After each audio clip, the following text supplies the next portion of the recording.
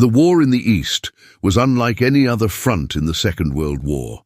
From the moment German forces crossed into the Soviet Union, the conflict became one of annihilation rather than conquest. It was driven by ideology as much as strategy, with vast territories, entire populations, and the survival of states placed at stake. What unfolded across Eastern Europe was the most destructive land war in human history. German planning assumed rapid victory, but the scale of the Soviet Union turned every advance into a logistical strain.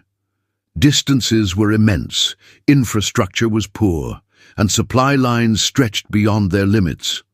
As resistance stiffened, battles grew larger and more costly, cities became fortresses, villages were destroyed, and the front consumed men and material at a rate Germany could not replace. Civilians were drawn directly into the violence. Entire communities were caught between advancing armies, subjected to mass executions, forced deportations, and deliberate starvation.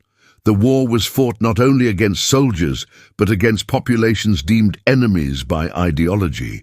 The line between front line and rear vanished, and survival often depended on chance rather than allegiance. As the conflict dragged on, the Red Army adapted.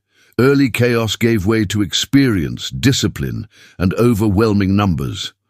Soviet industry, relocated far beyond German reach, produced tanks, aircraft, and artillery in vast quantities.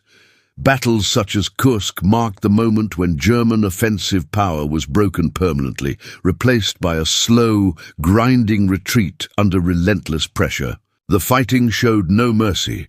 Winters killed as effectively as weapons, cities were reduced to rubble, and casualties reached unimaginable levels. Millions died in combat, captivity, or as civilians caught in the path of destruction. The Eastern Front became a war of exhaustion, where victory belonged not to brilliance, but to the side that could endure the longest. By 1944, the outcome was no longer in doubt. German forces were pushed steadily westward, their strength drained and their options gone.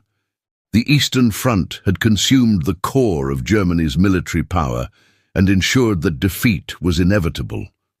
What remained was not a question of victory, but of how much destruction would be left behind before the war finally ended.